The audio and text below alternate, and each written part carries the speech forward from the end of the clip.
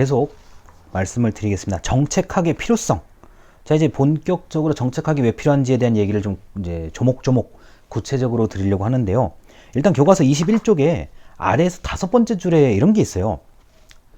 그 최근이라고 시작되는 부분입니다. 최근 잘못 설계, 잘못 집행된 정책 때문에 피해가 있다.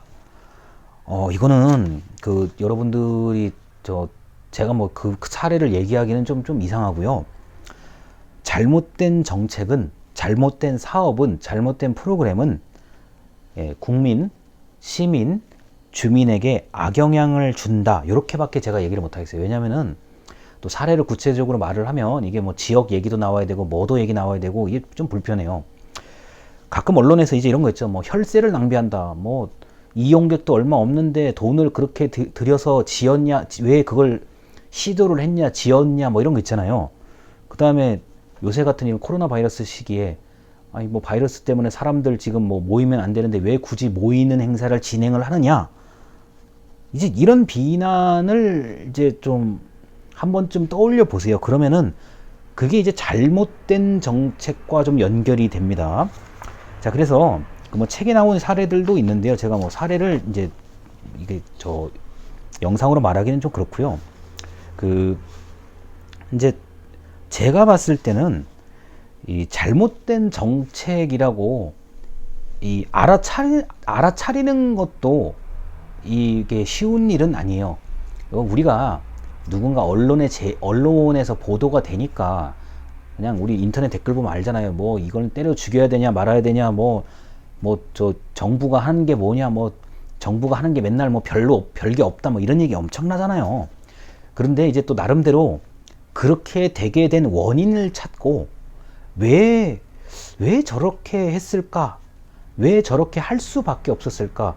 이런 거를 한번 좀 고민해 보는 게 이제 흔히 말하는 이제 좀 공부를 하시고 연구하는 분들의 목적입니다.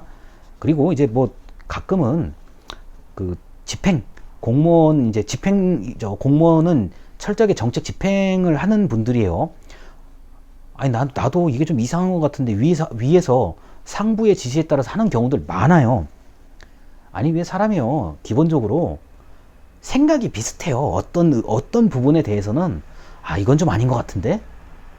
사람이 생각 비슷해요. 그런데 뭐 법, 기준, 규칙이 그렇게 되어 있으니 집행하는 공무원 입장에서는 할 수밖에 없잖아요. 특히 이제 이제 경찰과 같은, 서방은 좀 예외인데요. 경찰과 같은 이제 공권력을 이제 집행을 해야 되는 경우, 교통 단속이라든가 뭐 이런 거 있잖아요. 그럼 이제 뭐 사람들이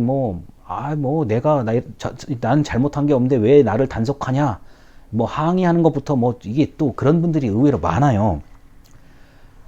자, 아니 그 경찰관 입장에서는 정해진 그 규정에 따라서 법을 집행하는 거예요.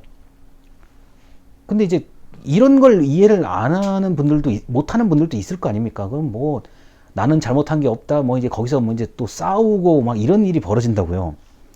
자, 이거는 정당하고 적법한 집행인데도 받아들이는 개인이나 국민 입장에서는 아니라고 생각하는 거예요. 그러니까 뭐예요? 국민이나 시민이나 그런 경우에는 정당하고 적법한 것을, 적법한 어떤 집행을, 정책을, 프로그램을, 사업을 잘못됐다고 얘기할 수도 있죠. 무슨 말인지 아시겠어요? 이게 원래 정책이나 사업이 잘못되어 있는 경우도 있어요. 이 책에는 이제 보통 이제 그렇게 표현을 하는데, 이것도 있지만 마땅히 그렇게 하는 거야. 합법적이야. 나름대로의 정당성도 있어. 그런데 받아들이는 사람이 그게 아니라는 거예요. 그러면 이제 그때부터는 생각이 달라지기 때문에 굉장히 좀 갈등의 요소가 심하다는 거죠. 그래서 이게 참 말하기 나름입니다. 어떻게 보면 정책학을 제가 지금 근 10년 가까이 이제 가르치고 있는데요. 저도 옛날에 처음에 정책학 가르칠 때 제가 10년 전이에요. 벌써 그게 까마득해요. 까마득한 일이고, 제가 그것도 기억이 나요. 이제 좀 제가 말하니까 기억이 나는데, 제가 금요일 날 오전 10시 수업이 아마 정책학이었을 거예요. 그때 뭐 갑자기 뭐 또 정책학 좀 강의를 부탁을 하셔가지고 어떤 교수님들께서 뭘 알겠어요. 그때는 제가 지금보다도 훨씬 더 미숙한 좀 사람이었는데, 그때는 제가 잘못된 정책 이런 걸 그냥 대강 이렇게 뭐 당연히 우리 대학생들이 알겠지 하고 넘어갔었어요. 제가 기억하기에는. 근데 제가 지금 요거 가지고 얘기하는 이유가 이제 저도 사회 경험이 늘다 보니까, 그리고 이제 정책학을 매번 이걸 가지고 고민을 해야 되는 사람이잖아요. 그래서 이게 이해를 좀 이렇게 해야 되는 거죠. 내가 한번 공무원 입장에서도 이해를 해보고, 내가 그 공무원의 반대편에서도 이해를 해보고, 민원인에서도 이해를 해보고, 내가 경찰관 입장에서도 이해를 해보고, 경찰관이 당하는 시민 입장에서도 이해를 해보고, 이게 입체적으로 이해를 해야 되더라고요. 안 그러면은 굉장히 한쪽 편만 드는 그런 좀 일이 생길 것 같아가지고요.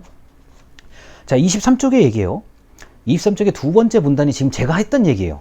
어떤 거냐? 사물을 바라보는 사람의 가치관이나 세계관에 따라서 사물에 대한 판단이 달라진다. 나는 적법하게 지금 일을 하는데 왜 저한테 난리이세요? 분명히 여러분 공무원이 되시면 이런 감정을 느낄 거예요.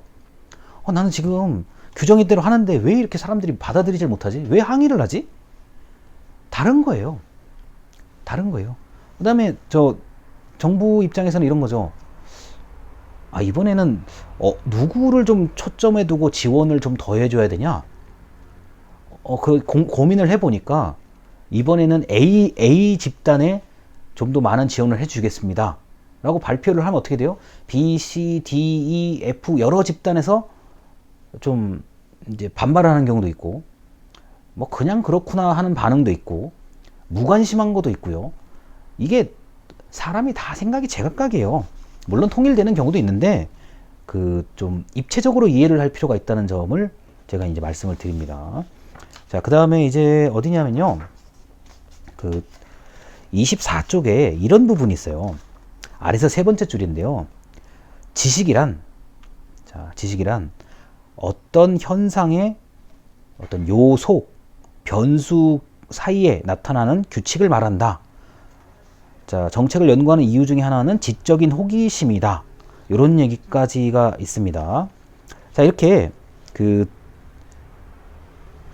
정말 알고 싶어서 연구하시는 분들도 의외로 많으십니다. 이건 특히 이제 과학기술 같은 경우는 나는 정말 달, 화성 이런 게 궁금하다. 그건 호기심이에요. 호기심 개념으로 시작을 한 건데, 자, 우리가 탐사선도 이미 보냈잖아요, 다. 이제 탐사선을 보내는 거에 관련된 어마어마한 기술력들, 그 다음에 그 기술을 이제 또 만들어내야 하는 기업들 입장에서는 발전을 하게 되고, 그 발전하는 것에 따라서 돈도 벌게 되고, 뭐 이런 거죠. 자, 지식에 대한 얘기가 이제 있고요. 그 다음에 이제 뭐냐면요, 26쪽이요. 먼저 좀 교과서를 좀 설명을 좀 다 드릴게요.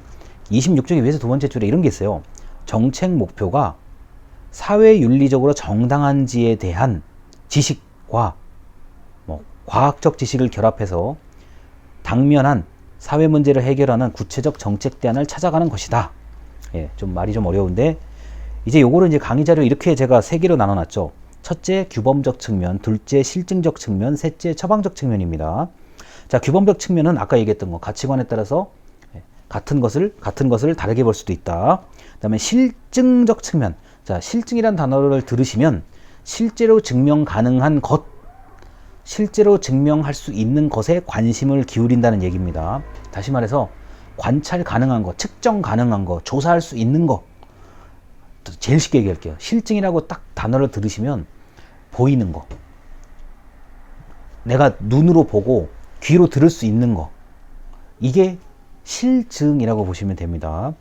그러니까 머릿속에 있는 철학 이런 거는 별로 관심이 없어요. 실증이라는 단어에서는요. 자, 지금 대학교에 몇 명이다, 학과에 몇 명이다, 이거는 셀 수 있잖아요. 이게 실증 개념이에요. 그런데 학과 학생들의 생각이 뭐지? 우리가 머릿속에 들어갈 수가 없잖아요. 그래서 뭐 설문지를 통해서 조사를 하고 면접을 통해서 말로 끄집어내죠. 그래서 나름대로 측정을 해요. 그렇게 되면 실증이에요. 자, 이런 것을 이제 정책학을 통해서 실증적인 측면으로 연구하시는 분들이 계시고, 그 다음 처방, 의사가 환자를 치료하듯이 구체적인 정책 대안을 찾는 거에 목적을 두시는 분들도 계십니다. 특히 소방과 경찰, 그 제복을 입는 직업, 제복을 입는 공무원 같은 경우는 처방적 측면이 강해요. 제가 볼 때는. 자, 문제가 발생해서 해결해야지. 자, 해결해 왔어요. 좀 쉬다가 또 문제 발생해서 출동해야죠. 그렇잖아요. 이거 뭐 더 설명할 게 없잖아요. 구체적 정책 대안. 자, 범인을 잡자. 불을 끄자. 자, 아픈 사람을 병원으로 호송한다. 이송한다.